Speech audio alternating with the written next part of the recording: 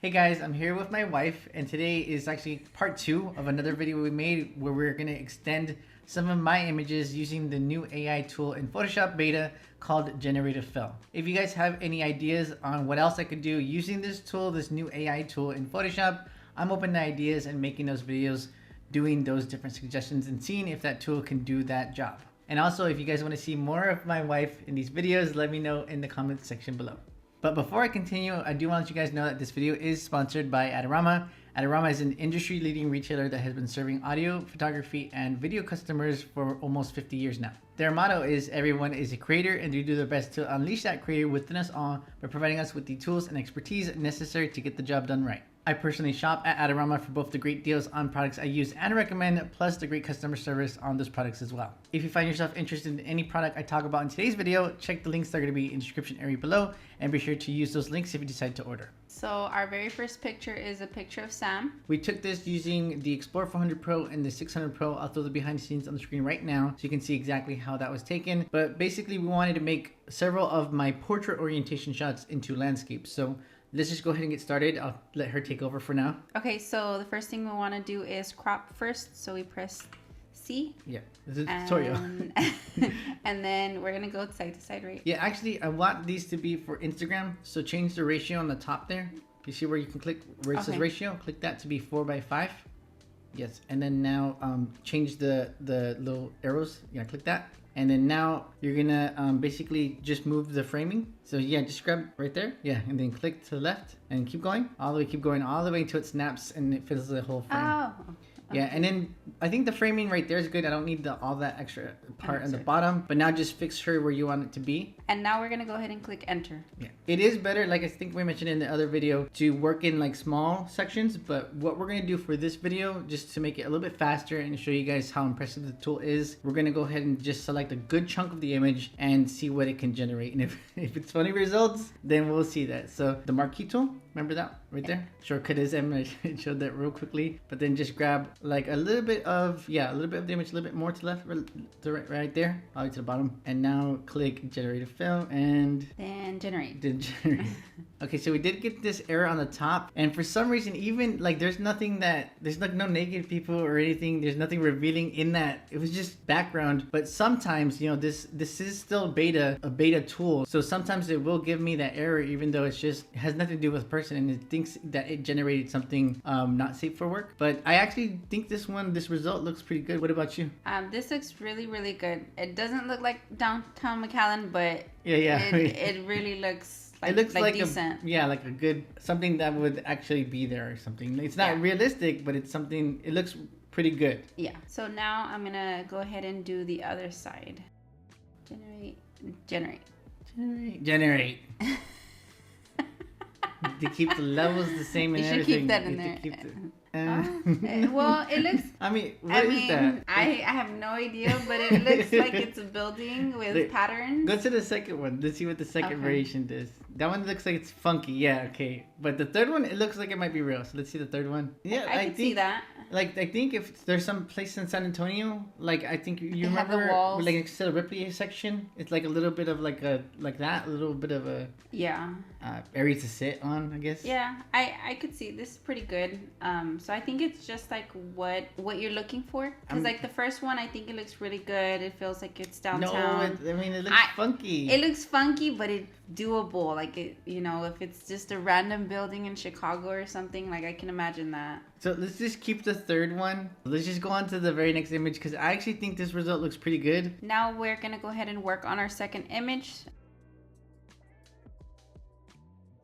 No, it's kind of the barrels are not. It's not that big. Okay, just go to the second one. Well, okay. I mean, it added. Maybe there's trees in front of the first wheel, so like it's a kind of okay. I was wondering. I was really thinking that this would do a good job. I think it also has like a different port, like a. Oh yeah, it like shifted the ground, right? Yeah. Like compared to this one. This one I can see, like if people are like, oh, that's a huge, Ferris wheel. Oh, like a bigger Ferris wheel? Or maybe it's just a decoration or something. I like this, but it could be like a distraction. And then some trees are in front of it. You know what? I guess keep that one and then just We'll try extend the next right side, and then maybe we'll go to the top as well. But extend the right side first. Like right here? Yeah. No, what is that? It is the trip, is what that is. Is it the second one? I feel like I'm in like a science fair or something. Okay, you know. It's too complicated for the AI. And probably when we're not recording, we'll just experiment a little bit more and see if we can get better results. But I'm gonna call this one a failure. Yeah, but it also shows you like the potential of it. I mean, wait, it created people on the bottom, right? Yeah, it created people, and I don't know if those are like airplanes or something. Go to the second one and the first one. I'm just curious if there's more people there. Yeah. Yeah, there is. So it did fail, but we can try it on another picture. Now we're with the third image. We're gonna be a little bit quicker. Yeah. It looks pretty. I like the sunset, but like it created that tree, that one pinnacle tree there. So let's see the second one. It created. I like it. Let's see the third one. I like the sunset. I like it. I think the clouds behind it are kind of just like a trip. It's kind of just like funky looking. But I did like the sunset the most because it's like more vivid. So we're gonna go ahead and finish the right section of the picture, and then we'll go ahead and move on to our last picture. Yeah, the fourth one, I think. Yeah.